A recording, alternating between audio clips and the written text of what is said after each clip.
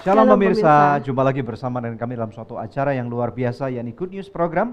Bersama dengan saya Daniel Hendrata dan juga ini istri saya. Debbie Katarina, senang sekali bisa berjumpa kembali dengan pemirsa setia dari Good News Program. Ya, jangan lupa untuk saat ini apabila menyaksikan melalui YouTube channel kami, langsung aja Anda boleh like, kemudian Anda juga jangan lupa subscribe, pencet loncengnya, serta nanti selama Anda melihat dan menyaksikan talk show ini, apabila ada hal-hal yang menarik, Anda pun boleh berkomentar dan memberikan mungkin kritik ataupun saran, dan kita percaya ada suatu hal yang sangat luar biasa, topik spesial yang kita persiapkan supaya kita semua bersama-sama belajar daripada seorang atau suatu pasang narasumber yang luar biasa ini. Judulnya adalah Pulih dari Perselingkuhan. Kita akan menampilkan pasangan suami istri Gideon dan Mirsa.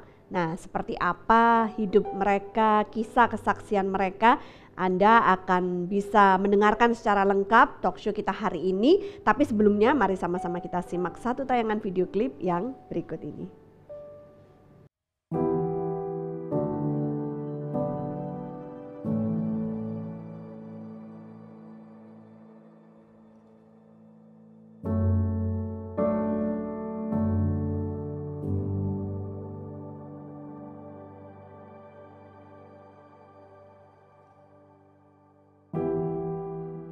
Setiap insan yang sedang membangun hubungan pasti menginginkan untuk melanjutkan ke jenjang pernikahan. Namun pernikahan tanpa komitmen dan visi merupakan langkah yang berbahaya bagi masa depan pernikahan Anda. Di Good News Program narasumber kali ini sepasang suami istri, Mirza dan Gideon. Sepanjang masa muda, Mirza bertumbuh menjadi remaja yang tidak mengenal Tuhan. Tidak jauh berbeda dengan Gideon. Ketika mereka membangun hubungan, bahkan mereka telah tinggal bersama sebelum diikat oleh pernikahan. Hingga akhirnya menikah, masa lalu tetap mengejar mereka. Dan akhirnya Mirza melakukan perselingkuhan. Gideon pun hanya sibuk mencari uang. Berpikir bahwa suami yang baik hanya bertugas mencukupkan kebutuhan hidup saja. Hubungan yang rusak tidak pernah hanya menjadi kesalahan satu sisi saja. Bagaimana Tuhan bekerja dalam kehidupan rumah tangga mereka? Akankah pemulihan itu terjadi? Kisah selengkapnya hanya di Good News Program. Saya punya anak tapi saya tidak pernah menikah, itu bagian dari masa muda yang sangat berantakan, ya.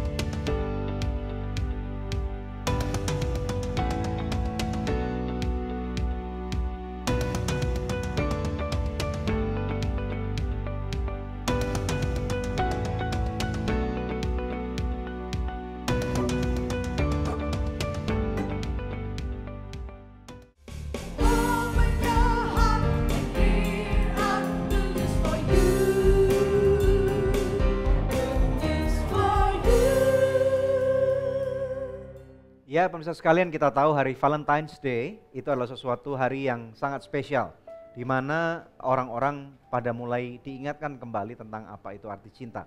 Tentunya kita tahu bahwa kita mengasihi bukan karena Valentine's Day saja, tetapi kita sebagai orang-orang percaya kita mengasihi karena terlebih dahulu Tuhan Yesus memilih untuk mengasihi kita.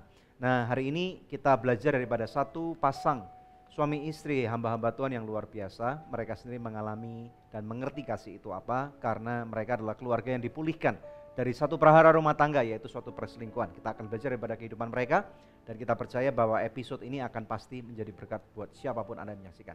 Silakan. Ya, di studio telah hadir seperti yang kami janjikan Pak Gideon dan Ibu Mirsa. Shalom Pak Gideon, Ibu Mirsa. Ya. Selamat datang di Good News Program ya. Terima kasih. Puji Tuhan. Nah, ingin berkenalan dulu sama Pak Gideon dan juga Ibu Mirsa. Silakan diperkenalkan latar belakangnya, seperti apa keluarga Anda yang sekarang sedang dibina, berapa anak dan lain sebagainya. Ya, saya Gideon. Saya ini Kristen dari kecil. Ya. tapi ya hanya sebatas hidup beragama dan aktivitas gereja saja, tapi tidak pernah lahir baru, bertumbuh dewasa, hidup tidak takut Tuhan, akhirnya banyak jatuh dalam dosa gitu ya. Tapi setelah Tuhan pulihkan, hari ini saya juga melayani di gereja lokal, di Gereja Betel Indonesia, juga saya melayani di Christian Men's Network Indonesia sebagai trainer. Dan kami sudah menikah 20 tahun ya sayangnya, dengan darah dan air mata ya. Dan kami punya 2 orang anak, yang satu perempuan, yang satu laki-laki.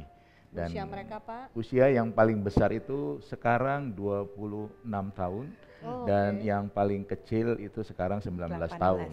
Ya, mau 19 tahun. Oke. Kenapa memang usia anak kami yang perempuan itu lebih tua dari usia pernikahan kami? Karena dulu istri saya ini punya anak tapi tidak pernah menikah, karena waktu itu tidak takut Tuhan dan masih juga tidak percaya Tuhan.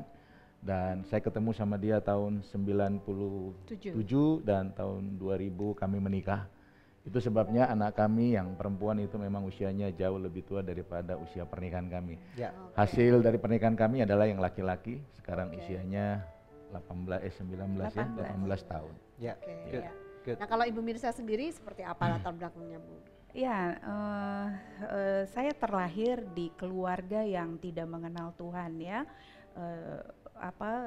Dengan pola yang seperti itu saya dibesarkan. Tentu saya tidak mengenal kebenaran, saya tidak takut akan Tuhan ya. That's why tadi kalau suami saya bilang saya punya anak tapi saya tidak pernah menikah, itu bagian dari masa muda yang sangat berantakan ya. Tapi saya ingat waktu satu kali umur 9 tahun Tuhan itu memperkenalkan dirinya lucu gitu ya. Saya sekolah di sekolah negeri. Sekolah negeri itu kan ada hari-hari tertentu yang mereka kumpul sekelompok teman saya ini, dan mereka punya pelajaran agama ya. Di situ saya mendengar nama Yesus itu pertama kali. Dan entah kenapa, dan saya belum mengerti waktu itu, saya nangis tanpa bisa berhenti. Oh ya, pada usia 9 tahun? 9 tahun. Nah, saya pulang, saya bilang sama papa saya, saya enggak mengerti nih kenapa seperti ini. Saya cerita padanya sama dia, tapi saya bilang begini, boleh nggak saya ikut yang namanya, dulu saya sebut Om Yesus itu ya. Soalnya buat saya ini Om kok baik sekali ya. Udah dijahatin sama orang gitu ya, diperlakukan nggak adil menurut saya gitu, tapi kok dia masih bisa bilang ampuni sebab mereka tidak tahu apa yang mereka bikin. Amazing, buat saya itu amazing. Saya tidak diajar seperti itu, saya diajar gini, kalau orang baik kamu baik 2 kali lipat sama mereka. Tapi kalau orang jahat, kamu juga jahat, lebih jahat dah. Lebih jahat dari mereka, itu gitu, balas gitu. Jadi itu konsep yang aneh. Saya bilang sama papa saya jadi gitu, boleh nggak saya kejar om ini nih, gitu ya. Tapi anehnya papa saya enggak bilang apa-apa, dia hanya diam. Padahal papa saya itu orang yang mantap, dia selalu punya jawaban untuk segala sesuatu. Tapi hari itu dia diam saja, nah saya jadi bingung. Saya pikir begini soalnya, kalau papa saya bilang ya, saya akan kejar Om Yesus itu. Ya, serius, sungguh-sungguh sampai mati saya kejar dia. Tapi kalaupun papa saya bilang, enggak boleh, saya akan lawan papa saya tetap kejar Om itu. Ya, jadi simple mungkin saja. papanya ibu udah ngerti kalau dijawab apapun juga ibu nggak akan puaskan, jadi mungkin ya, tapi saya ingat disitulah saya merasa kecewa ya. Lalu ya itu yang terjadi, kebodohan masa kecil saya bilang, oke, gini deh, mulai saat ini nggak usah pakai agama-agamaan. Aku tidak peduli lagi soal agama gitu. Itu kesalahan terbesar. Jadi itu titik mulanya Bu Mirsa berontak nih ya ceritanya. Iya, that's right. Itu apa namanya, ya masa muda saya bukan masa muda yang membanggakan ya. Banyak hal kebodohan, dosa yang saya buat, dan ya segala macam kalau mau diceritakan, aborsi berulang kali. Dan anak kami yang sulung itu, yang wanita itu karena hari itu saya bilang saya lagi capek aborsi. Really? Lagi capek Boleh tahu nggak berapa kali Ibu aborsi sebelum itu? berapa kali ya? Ada 7 kali. Oh wow. Ada 7 kali, selesai 7 kali saya berhenti menghitungnya. Itu di usia berapa, Bu? Range-nya antara 17 sampai terakhir, sampai ketemu dia. Wow. Ya. Ketemunya usia berapa? Usia 29, 30. Really? Ya, Wow. begitu. Ya, Terus memang waktu bosan aborsi, terus gimana? Coba dijadiin deh, ya. pengen lihat gitu. I want to keep this baby lah, Oke. gitu ya.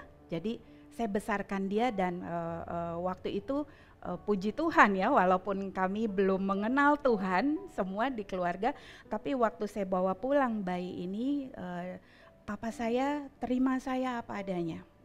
Padahal papa saya juga bukan orang yang kenal Tuhan. Iya. Tapi dia bilang, oke, kita selesaikan ini. Ya, dia selesaikan dengan caranya, dia adopsi anak saya menjadi anaknya, itu berarti jadi adik saya di atas kertas. Lalu ya hidup jalan terus. Saya kuliah lagi dan sebagainya. Pada sampai, waktu Ibu berusia 29 tahun ini? itu sampai 22. Saya 22 hamil tahun. dia 22. Wow. Ya. Dan Wow. kehidupan terus berjalan sampai 97, di tengah-tengah kekacauan ya kita ketemu. Oke, ntar Ya. kita akan lanjut setelah break Wow. ya. Thank Ya. you. Nah pemirsa jangan kemana-mana, kita akan belajar lagi dari kehidupan Pak Gideon dan Ibu Mirsa, pulih dari perselingkuhan. Tetap stay tune, hanya di Good News Program. Apa yang mereka katakan setelah anaknya 1 kali aborsi, terus kemudian 2 kali aborsi, 3 You kali know what? aborsi? Aborsi pertama itu sponsorshipnya itu bapak saya sendiri.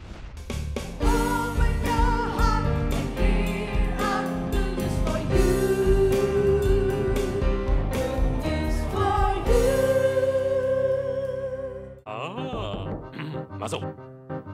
Pak, Bos? Nih, cobain deh. look so good nih bos. Taste so good juga loh. Emang enak ya kalau punya istri?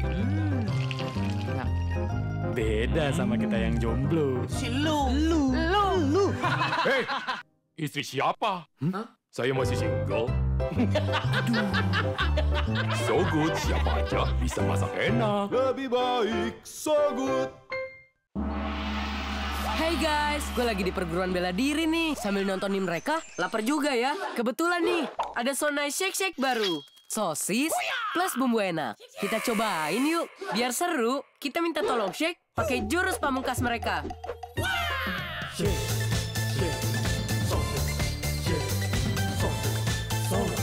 Serunya makan Sonai Shake Shake kan main rasanya. Tunjukin ide serumu, nge-shake Sonai Shake Shake.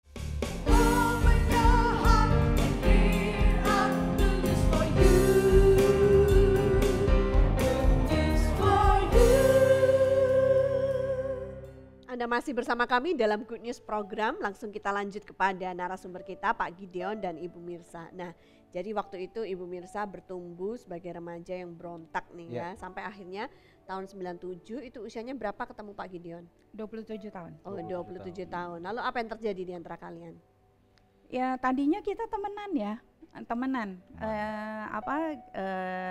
Dia mengelola satu tempat hiburan gitu, dan saya suka main ke tempatnya dia.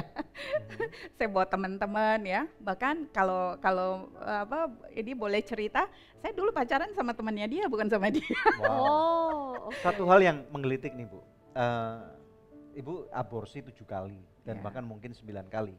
Ya. Nah pertanyaan saya, maksudnya maaf nih, kenapa kok kesalahan itu ulang berulang, kan maksudnya apalagi sudah pernah berhubungan bersetubuh, kenapa nggak pakai proteksi gitu loh, sehingga maaf nih ya, kebodohan terus terjadi ulang berulang gitu. Ya, saya tidak peduli waktu itu. Really? Ya, saya tidak terlalu memikirkan soal hidup masa depan, enggak. Saya hidup cuma buat hari itu saja. Dulu Oke. prinsip hidupnya seperti itu. Tapi Jadi biaya aborsi juga mahal ya, dari mana biaya aborsi? to be honest ya, sebenarnya tidak semahal itu. Oke. Ada tempat-tempat tertentu ya saat itu yang kalau kita tahu atau kita kenal seseorang, kita bisa datang ke tempat itu dan dengan harga Mungkin yang sangat murah dan rendah. ada cashback kali ya? Bayarnya pakai aplikasi Untung tertentu. dulu belum ada Belum GoPay ada. ya.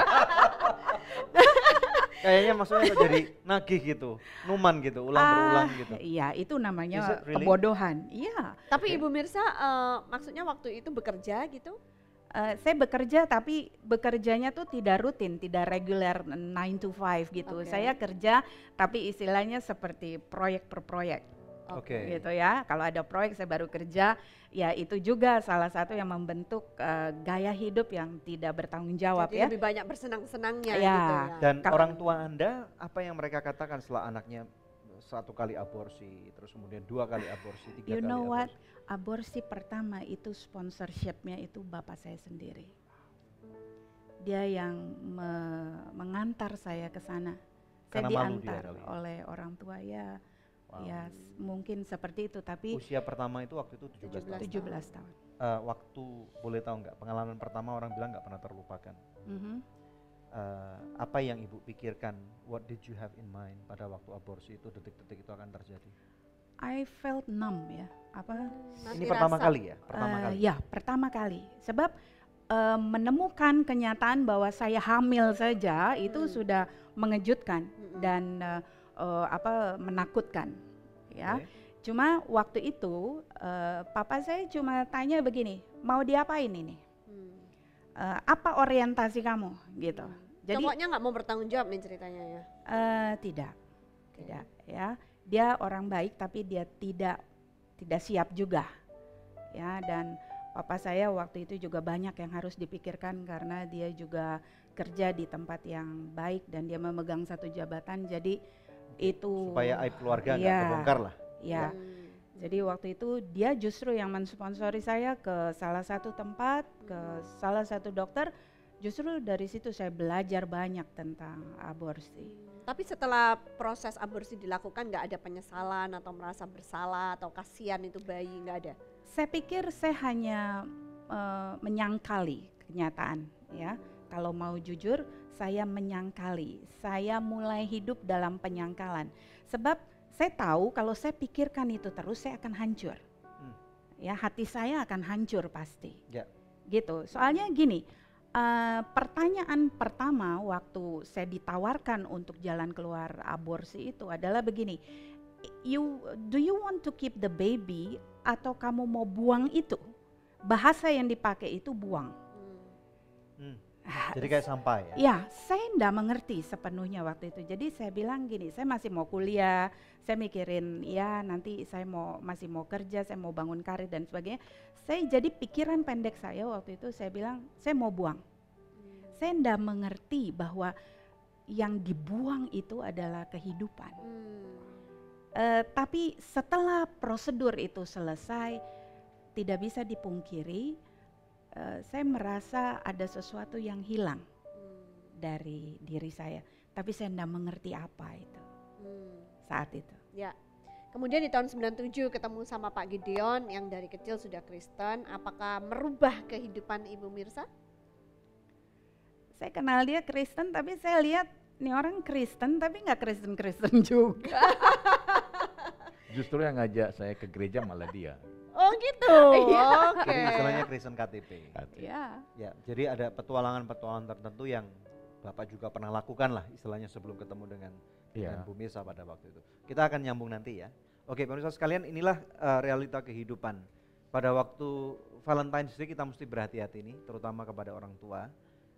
Karena kadang-kadang Valentine's Day membuat kimia di dalam otak manusia itu kemudian menjadi menggebu-gebu gitu ya. Dan nggak bisa dipungkiri bahwa cinta itu akan membuat seseorang itu tersanjung, akan merasa lebih dihargai, lebih cantik, lebih tampan, lebih berani gitu ya. Tetapi kemudian ternyata ada banyak kepalsuan di dalam cinta manusiawi. Ini kita mesti berhati-hati dan kita nanti akan kembali kepada mereka dan kita akan belajar bagaimana sih caranya supaya kita menangani hal-hal ini supaya tidak terjadi terutama pada kehidupan pernikahan kita dan terutama kepada anak-anak kita. Jangan kemana-mana, stay tune hanya di Good News Program.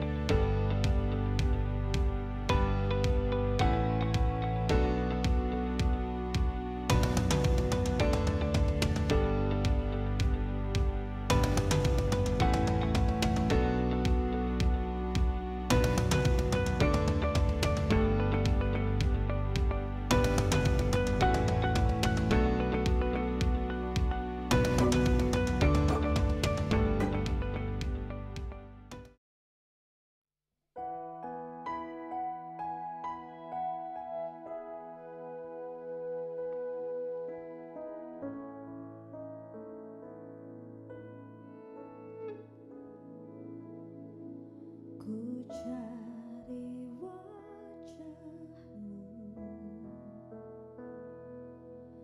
temukan kasihmu. Kau bukan Tuhan yang jauh dariku.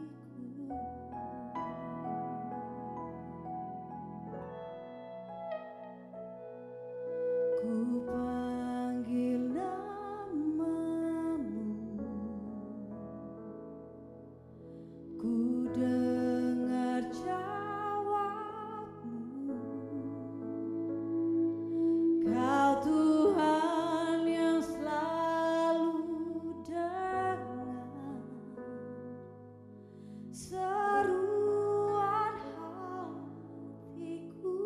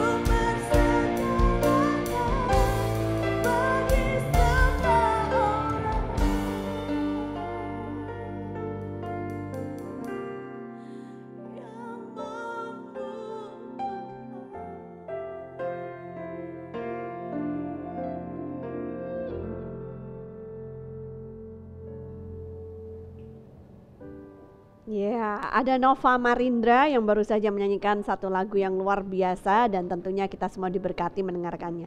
Pemirsa, ada kuis yang selalu dinanti-nantikan oleh pemirsa sekalian ya. Pertanyaannya adalah apakah judul episode Good News hari ini?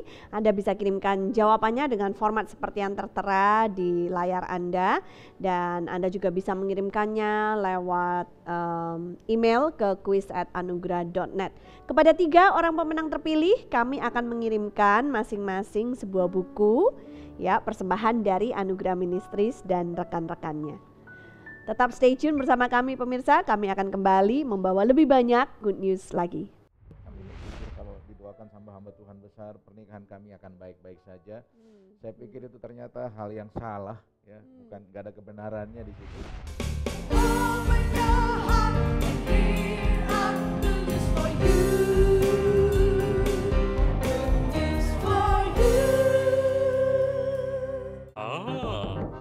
Masuk. Pak, bos. Nih, cobain deh. Wah, look so good nih, bos. Taste so good juga loh. Emang enak ya kalau punya istri? Enak. Beda sama kita yang jomblo. Lu. Hei, istri siapa? Saya masih single. So good, siapa aja bisa masak enak. Lebih baik so good. Hey guys, gue lagi di perguruan bela diri nih. Sambil nontonin mereka, lapar juga ya. Kebetulan nih, ada Sonai Shake Shake baru. Sosis plus bumbu enak. Kita cobain yuk. Biar seru, kita minta tolong shake pakai jurus pamungkas mereka.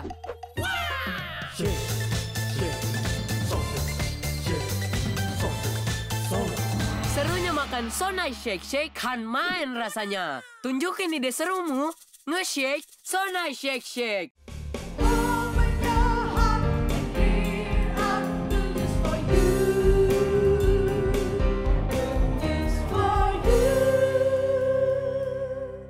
Pulih dari perselingkuhan, itu judul Good News program hari ini. Langsung kembali kepada narasumber kita Pak Gideon dan Ibu Mirsa. Nah, kemudian singkat cerita kalian ketemu tahun 97 ya kan? Terus sempat kumpul kebo ya kalau nggak salah ya. Baru setelah itu berapa tahun setelahnya menikah? Kami menikah akhirnya tahun 2000, tapi menikah pun dengan tidak punya pengertian yang benar. Sekedar berpikir kita menikah supaya kita nggak berbuat dosa gitu. Karena pernikahan saya pikir dulu hanya untuk melegalkan supaya yang dosa jadi tidak berdosa. Tapi kenyataannya setelah menikah makin banyak dosa yang kami bikin. Oh gitu ya? Iya, karena ternyata bukan itu alasan yang benar. Ya. Dan kami juga pelayanan, akhirnya setelah menikah kami melayani. Justru kami berpikir kalau kami pelayanan, kami juga akan punya rumah tangga yang cukup baik.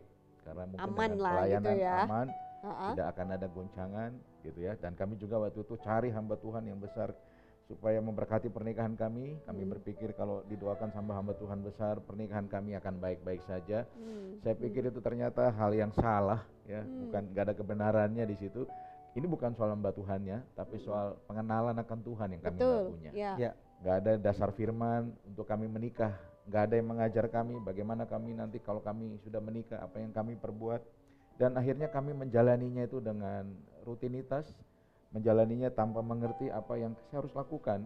Yang penting saya jadi suami yang baik, cari uang yang cukup buat dia, tidak kasar, tidak tergoda dengan perempuan lain. Ya, itu cukup buat saya gitu. Oh, jadi tidak ada premarital counselingnya? Tidak ada waktu Tidak itu. ada. Oh, oke. Jadi nggak dituntun untuk masuk ke dalam pernikahan. Ya. Lalu kemudian apa yang terjadi kemudian prahara berikutnya dalam rumah tangga yang kalian bina?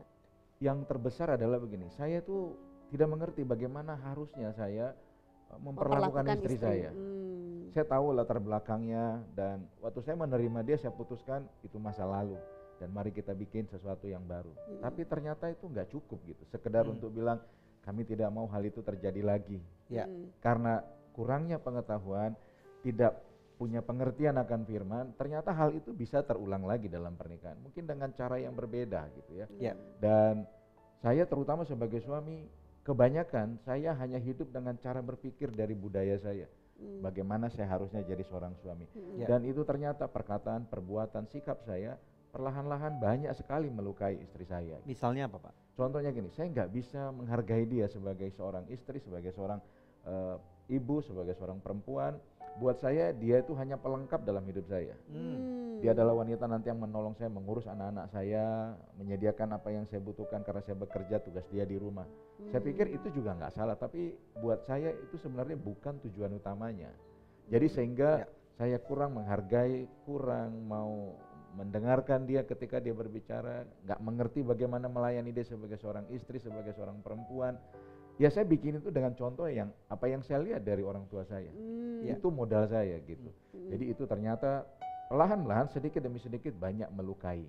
Terutama perbedaan-perbedaan kami dengan dua budaya yang berbeda, dengan kepribadian juga yang berbeda, itu ternyata banyak sekali menghasilkan konflik dalam rumah tangga. Lalu dari apa Ibu yang sendiri? Ibu lakukan ketika merasakan ketidakpuasan dalam rumah tangga ini? Ya, masalah itu menjadi semakin buruk ya, ditambah dengan cara kami berkomunikasi yang memang banyak kebodohan dan akhirnya banyak sekali miskomunikasi gitu. Kita merasa sesuatu tapi kita tidak mengungkapkannya. Kita tidak pernah berdiskusi. Kalaupun kita bicara itu seperti ngajak berantem gitu loh. Semakin lama semakin keras ngomongnya. Dari argumen, buat saya argumen itu biasa. Tapi di itu tadi ya, latar belakang dia argumen itu ancaman gitu.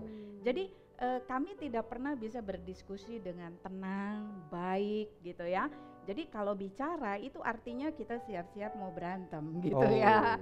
Nah itu makin memperparah keadaan ya, bahkan akhirnya ya KDRT juga terjadi. Jadi kita nih dulu kalau berantem bukan ngomong gitu ya, oh ini balas lagi, apa kamu mau, enggak. Saya lama-lama itu tadi karena banyak dikecewakan, dipendam ya, disakiti, dipendam sendiri. Itu lama-lama menumpuk. Tahu prinsipnya mengampuni tapi tidak terampil melakukannya. Itu saya dulu. Jadi saya simpen. Nah, perempuan kalau udah simpen kesalahan, oh my god, dia seperti apa ya namanya, kayak komputer yang bisa menyimpan segala sesuatu dan awet di situ, dan dia bisa uraikan satu persatu dengan persis sekali gitu ya, karena itu tersimpan semua dengan baik. Nah, otomatis saya sebagai perempuan lama-lama juga saya punya perkataan juga mulai jadi tajam, saya jadi penuh amarah. Jadi apa saja yang kami lakukan ya serba salah semuanya. Nah, di saat-saat genting seperti itulah saya akhirnya karena kami baru punya anak yang bungsu tadi ya, saya tadinya stay home mom, tapi abis itu karena pertimbangan ini dan itu, terus kami akhirnya bicara tentang hal itu, ya nggak apa-apa deh, kamu kerja deh, katanya gitu. Saya pikir kalau dia bekerja bisa mengurangi sedikit stresnya, gitu. Jadi saya pikir oke lah kamu bekerja. Jadi faktor awalnya tapi bukan masalah uangnya nggak cukup. Sebenarnya bukan itu. Terus kemudian apa yang terjadi? Ya sudah ada ketidakpuasan itu ya. Nah jadi waktu di tempat kerja ini celakanya adalah ada seorang pria yang bisa memperlakukan saya seperti yang saya rindukan gitu loh. Ya dia pemimpin saya gitu ya. Tapi dia melakukan hal-hal yang sebenarnya sederhana, namun pas gitu. Seperti itu yang saya butuh, yang suami saya tidak lakukan di rumah. Nah, berulang kali, hari demi hari, terus menerus dia perlakukan itu. Saya juga akui saya tidak terlalu kuat hidup di dalam firman. Saya melayani tapi ternyata saya kurang tertanam kuat di dalam kebenaran. Saya akhirnya jatuh hati. Kalau perempuan udah jatuh hati, saya pikir ya dosa tinggal masuk kapan saja. Nah itu yang terjadi. Dalam kebodohan, saya dengan sadar sepenuhnya, saya bilang sama diri saya memutuskan untuk selingkuh. Karena ternyata saya tidak bisa mengharapkan ini, saya tidak bisa ungkapkan ini ke siapa-siapa. Saya tidak punya teman bercerita waktu itu. Itu setelah usia pernikahan berapa tahun? 4 tahun. 4 tahun. Ya. Kemudian berapa lama perselingkuhan itu terjadi? Perselingkuhan itu berjalan 8 sampai 10 bulan. 8-10 bulan. Ya. Dan Bapak nggak tahu tentang hal itu? Kecurigaan ada, tapi selalu kalau saya tanya, ini kan rumornya juga karena saya pikir kalau di gereja pasti akan ada cerita. Tapi selalu untuk bertanya, benar kamu ada hubungan nggak dengan pria itu? Selalu jawabnya nggak ada gitu ya. Saya tanya juga sama pria itu, nggak ada gitu. Jadi saya pikir ya saya harus mempercayainya juga. Berarti ini teman gereja ya Iya. ceritanya?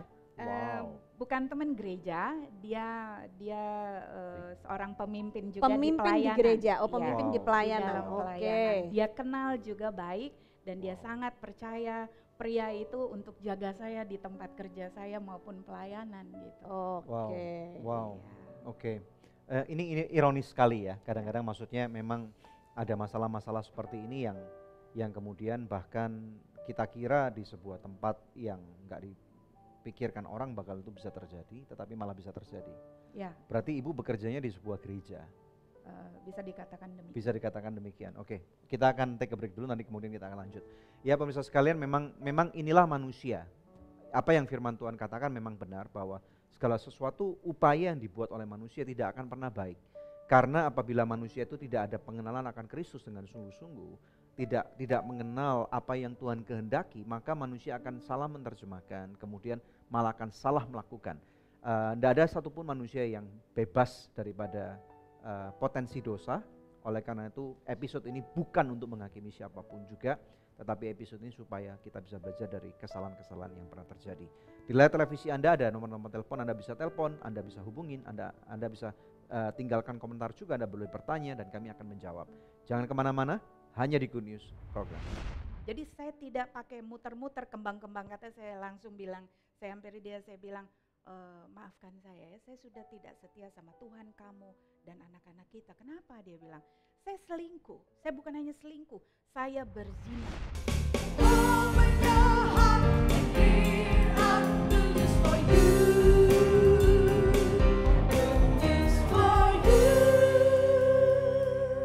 Pemirsa, sejak tahun 2005 kita telah bersama-sama di dalam Good News Program. Terima kasih untuk kesetiaan dari pemirsa setia Good News Program, khususnya buat partner dari Anugerah Ministries. Bila ada di antara pemirsa yang belum menjadi partner Anugerah Ministries, izinkan saya mengetuk hati Anda. Mari sama-sama kita dukung Anugerah Ministries supaya bisa lebih banyak lagi pekerjaan Tuhan yang kita lakukan bersama-sama.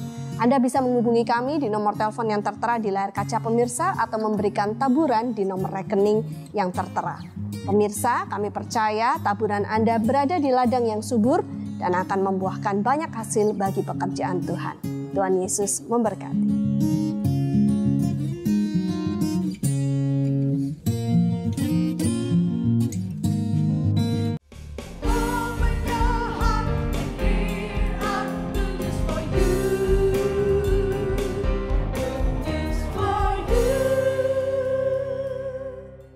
Saya yakin tidak ada satupun orang yang menikah dan kemudian ingin terlibat dalam sebuah perselingkuhan. Ini kalau orang yang secara waras, cara berpikirnya.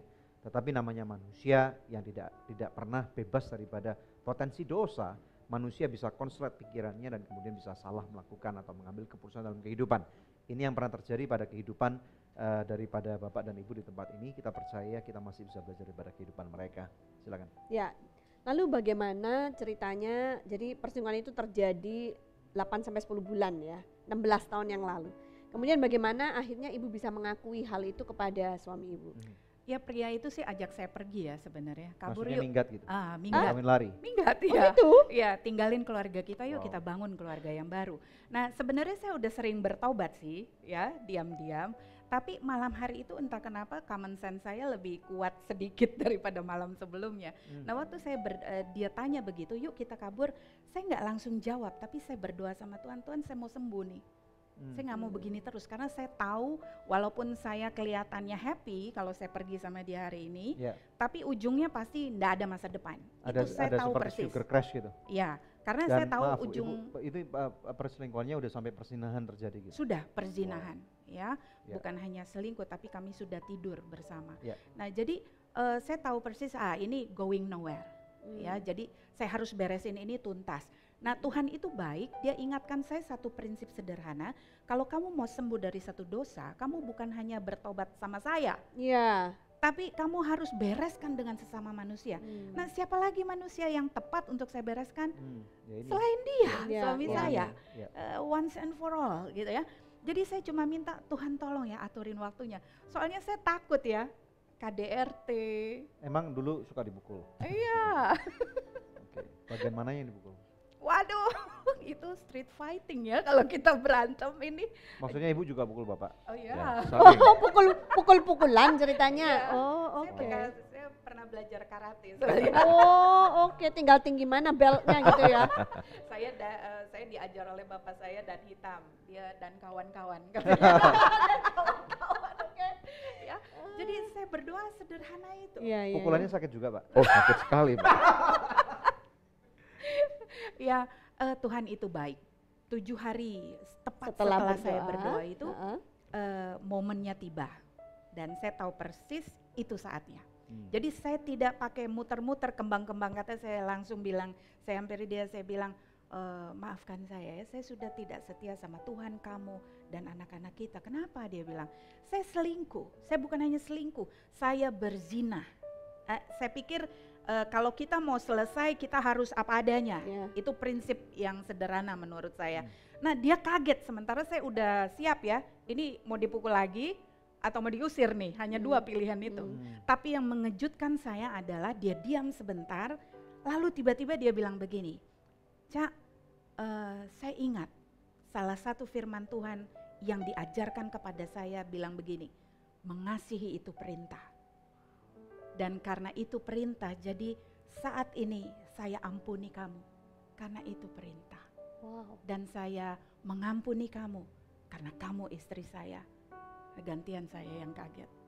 Saya siap diusir, saya siap dipukul, tapi ternyata saya tidak siap untuk diampuni. Oke. Ya, singkat cerita, dimulailah kesembuhan. 1 bulan pertama itu masa yang paling sulit. Karena jujur saja ya, hampir semua orang meninggalkan kami. Kami dianggap aib, kami dianggap Maksudnya celah. ibu kemudian mengakui di depan banyak orang gitu? Kami tentu datang kepada gembala kami. Oke. Ya, tapi saya tidak tahu mulut orang bisa sampai kemana-mana. Oke. Orang-orang yang tidak terlalu tahu pasti, tapi mereka hanya Menghakimi, melihat. ya. Oke. Akhirnya begitu ya. Kalau ada orang tanya ya saya jujur apa adanya, betul saya lakukan itu. Tapi saya sekarang sudah bertobat. Tapi tidak semua orang pandai meresponi hal itu. Ya, jadi kami diasingkan. Ya, tapi justru saya ingat 1 bulan setelah itu kami ngobrol-ngobrol, dia tanya, kenapa sih kamu bisa jatuh cinta sama pria itu, katanya. Ya saya bilang, pria itu perhatian sama saya, dia mengapresiasi saya, dia tidak takut untuk bilang terima kasih kalau saya lakukan sesuatu, dan yang paling penting buat saya kalau dia salah, dia cepat sekali minta maaf. Dia bingung, dia bilang, bukan urusan uang ya. Saya bilang enggak, dia pikir saya selingkuh karena uang. Enggak, dia makin sedih karena dia bilang kalau bukan urusan uang, sebenarnya saya bisa ya lakukan itu. Iya. Tapi kan kamu terlalu apa itu, saya suka pakai istilah, kamu terlalu bodoh untuk menyadari hal itu gitu kan. Coba kalau kamu lakukan itu, mungkin kita tidak usah. Maksudnya, tapi itu bukan pembenaran untuk melakukan atas apa yang ibu lakukan. Ya, saya tetap menyadari itu juga tanggung jawab saya pribadi, memilih untuk berdosa waktu itu. Ya. Bagaimana Bapak sebagai seorang laki-laki, kepala keluarga tentu mempunyai ego laki-laki.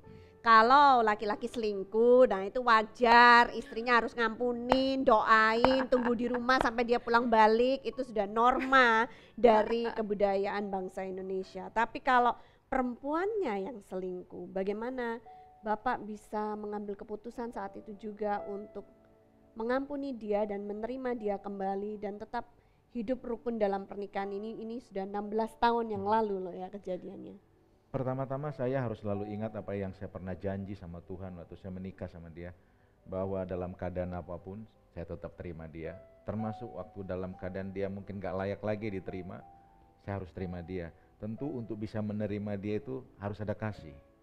Kasih gak mungkin tidak bisa menerima orang lain apa adanya. Itu yang saya kerjakan sejak hari ini. Dengan semakin mengasihi, saya makin mengerti, saya makin bisa memahami.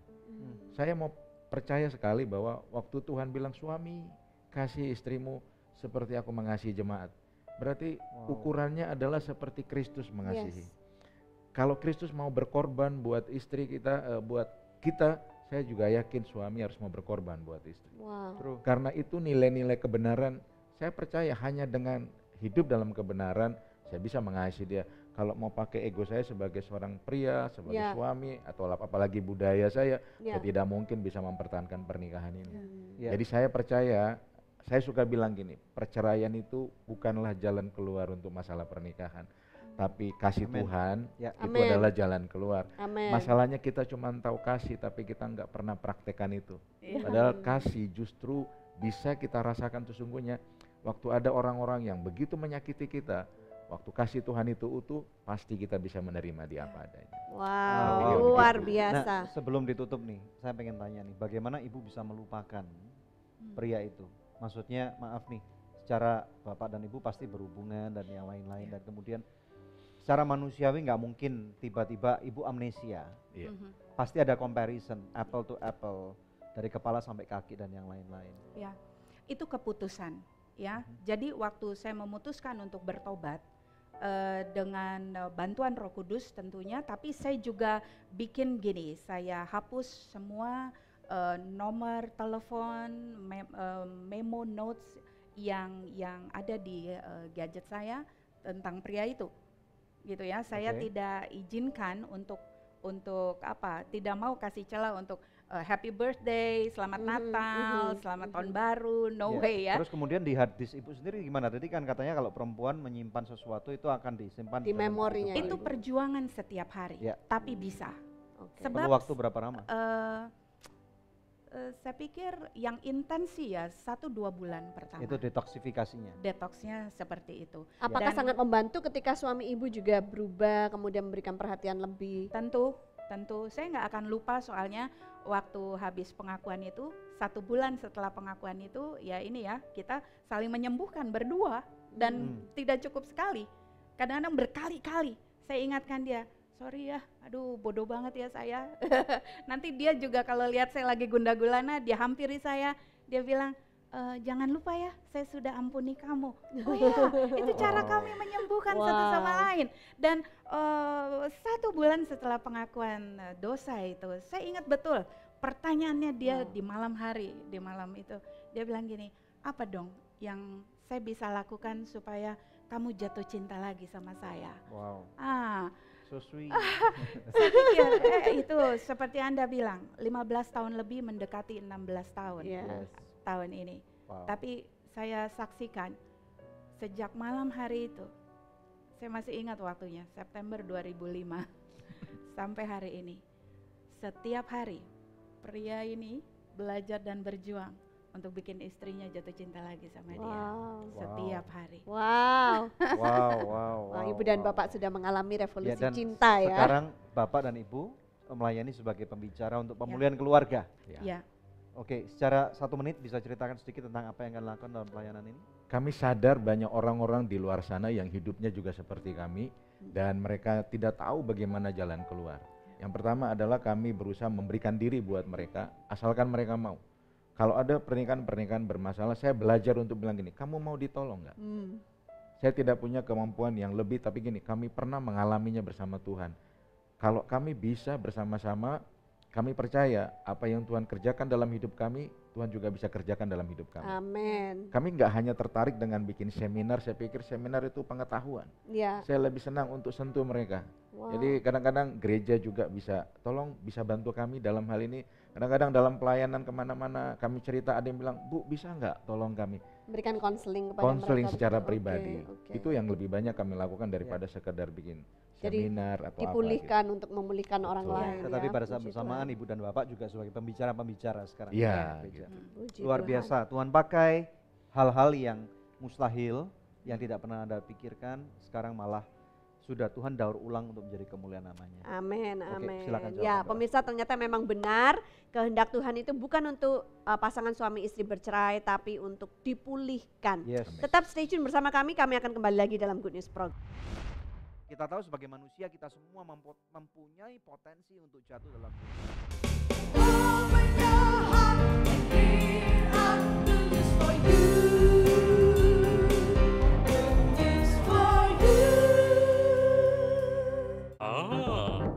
masuk. Wah, bos. Nih, cobain deh. Wah, look so good nih, bos. Taste so good juga loh. Emang enak ya kalau punya istri? Nah, beda sama kita yang jomblo. Lu. Hei, istri siapa? Saya masih single. So good, siapa aja bisa masak enak. Lebih baik so good. Hey guys, gue lagi di perguruan bela diri nih. Sambil nontonin mereka, lapar juga ya. Kebetulan nih, ada So Nice Shake Shake baru. Sosis plus bumbu enak. Kita cobain yuk. Biar seru, kita minta tolong shake pakai jurus pamungkas mereka.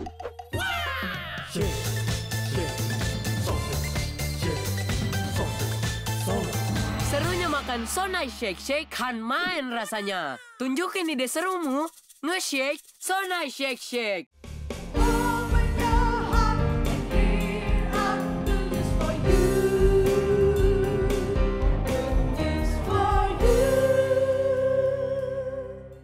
Wow, episode yang sangat luar biasa nih ya hari ini pemirsa, pulih dari perselingkuhan. Nah, sebelum kita akan mendengarkan kebenaran firman Tuhan, saya rindu membacakan jawaban doa dari seseorang yang beberapa saat yang lalu minta didoakan ya, seorang ibu.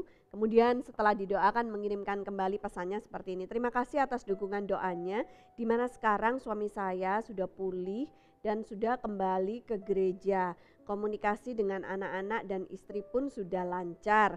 Terima kasih banyak, Tuhan Yesus memberkati. Tuhan Yesus juga memberkati ibu. Masih ada di antara pemirsa yang memerlukan bantuan doa atau konseling, Anda bisa hubungi kami di nomor-nomor yang tertera di layar. Atau Anda juga bisa mengirimkan email ke doa@anugerah.net, sebab tim konseling dan doa kami siap untuk membantu Anda. Nah, sekarang kita akan mendengarkan firman Tuhan. Ya, oke, puji Tuhan. Terima kasih Bapak Ibu sekalian, kami sangat diberkati sekali. Kita berdoa biarlah episode ini jadi berkat buat kemuliaan nama Tuhan ya. Puji Tuhan. Wow, pemirsa sekalian, kalau kita berbicara masalah pemulihan itu adalah sesuatu yang secara manusia itu tidak bisa dilakukan begitu saja. Ini ibaratnya berusaha, manusia itu berusaha, tetapi banyak orang yang kemudian pada waktu berusaha jatuh kepada kubangan dan dosa yang sama, masalah yang sama. Tetapi apa sebenarnya apa yang firman Tuhan kehendaki untuk kita lakukan, terutama pada waktu kita melihat ada sahabat, teman atau teman kolega pelayanan kita di dalam gereja pada waktu mereka jatuh dalam dosa. Buka bersama dengan saya dalam kitab Galatia pasal yang ke-6. Kita lihat bersama ayat yang pertama sampai dengan ayat yang kedua. Di sana dengan jelas sekali firman Tuhan berkata, saudara-saudara, kalaupun seorang kedapatan melakukan suatu pelanggaran, maka kamu yang rohani harus memimpin orang itu ke jalan yang benar dalam roh lemah lembut sambil menjaga dirimu sendiri supaya kamu juga jangan kena pencobaan. Ayat 2, bertolong-tolonglah menanggung bebanmu, demikianlah kamu memenuhi hukum Kristus. Jadi saya tahu bahwa ini adalah episode Valentine spesial, tetapi kasih itu adalah tindakan, kasih itu adalah perjuangan, kasih bukan cuma pada waktu kita menikmati ungkapan saja atau menikmati tubuh seseorang atau makan malam bersama, candlelight dinner. Ini semua adalah manifestasi daripada kasih itu sendiri.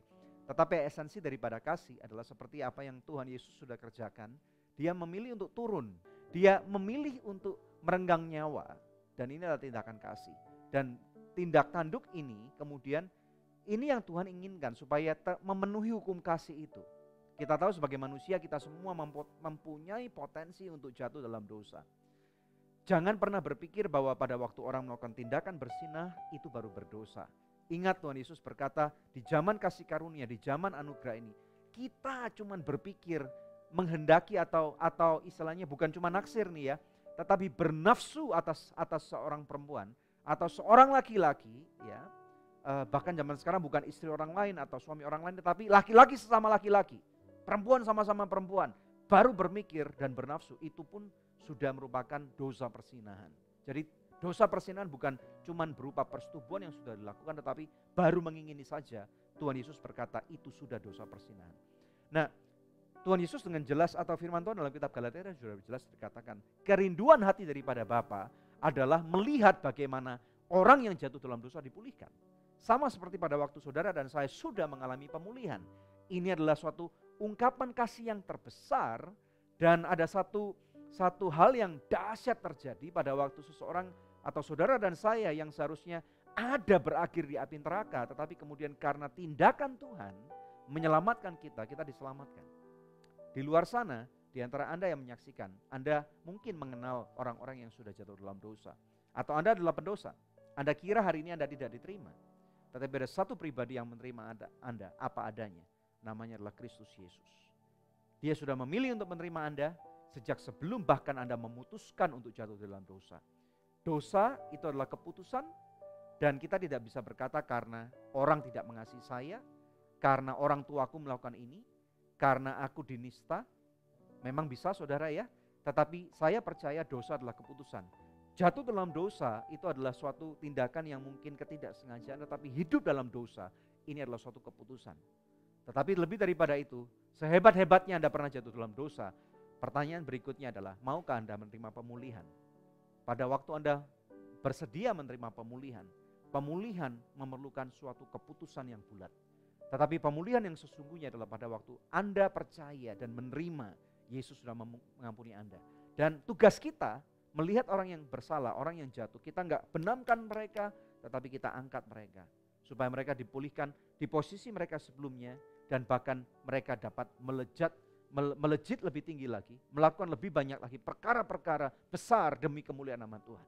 Bagaimana dengan Anda? Anda tertantang? Anda mau mengalami pemulihan? Anda mau dipakai oleh Tuhan untuk memulihkan banyak orang? Mari kita berdoa. Bapa yang baik, berdoa untuk setiap pemirsa Good News, terutama mereka yang hari ini mereka mengalami kehancuran dalam kehidupan mereka. Mereka yang berkata bahwa tidak mungkin mereka mengalami pemulihan. Dengar baik-baik pemirsa sekalian, nothing is impossible. Tidak ada yang mustahil bersama dengan Tuhan. Secara manusiawi engkau tidak mungkin dipulihkan. Tetapi bersama dengan Tuhan, pada waktu Tuhan memulihkan engkau, bukan cuma perasaan saja, tetapi seluruh your whole being, seluruh keberadaan saudara akan mengalami pemulihan. Engkau terima ini pemirsa sekalian, dan pada waktu Tuhan pulihkan saudara, Tuhan akan mengampuni dan melupakan dosamu, sehingga engkau akan bisa dipakai untuk menjadi kemuliaan namanya. Engkau terima ini pemirsa, biarlah luka-lukamu, luka batinmu yang paling dalam sekalipun, kami ucapkan dengan bilurnya Yesus, engkau sembuh. Sembuh pemirsa, dan biarlah mulai hari ini engkau boleh hidup di dalam pertobatan, ambil keputusan untuk hidup di dalam firman Tuhan, dan firman Tuhan menjadi pelindung yang terbaik buat saudara. Aku melepaskan berkat dan perkenanan Tuhan di dalam nama Tuhan Yesus Kristus. Yang percaya dan diberkati Tuhan katakan, amin. Amin, amin, amin. Pemirsa, satu episode yang luar biasa telah kita lalui bersama. Yes. Tiba saatnya kami untuk pamit undur. Kita akan berjumpa kembali di pekan yang akan datang di hari, jam, dan stasiun televisi yang sama. Saya Debbie Katarina bersama dengan suami saya Daniel Hendrata. Jangan lupa untuk komen, untuk like, subscribe, dan juga pencet loncengnya di channel kami yaitu @anugerah ministries. Terima kasih, Tuhan Yesus memberkati.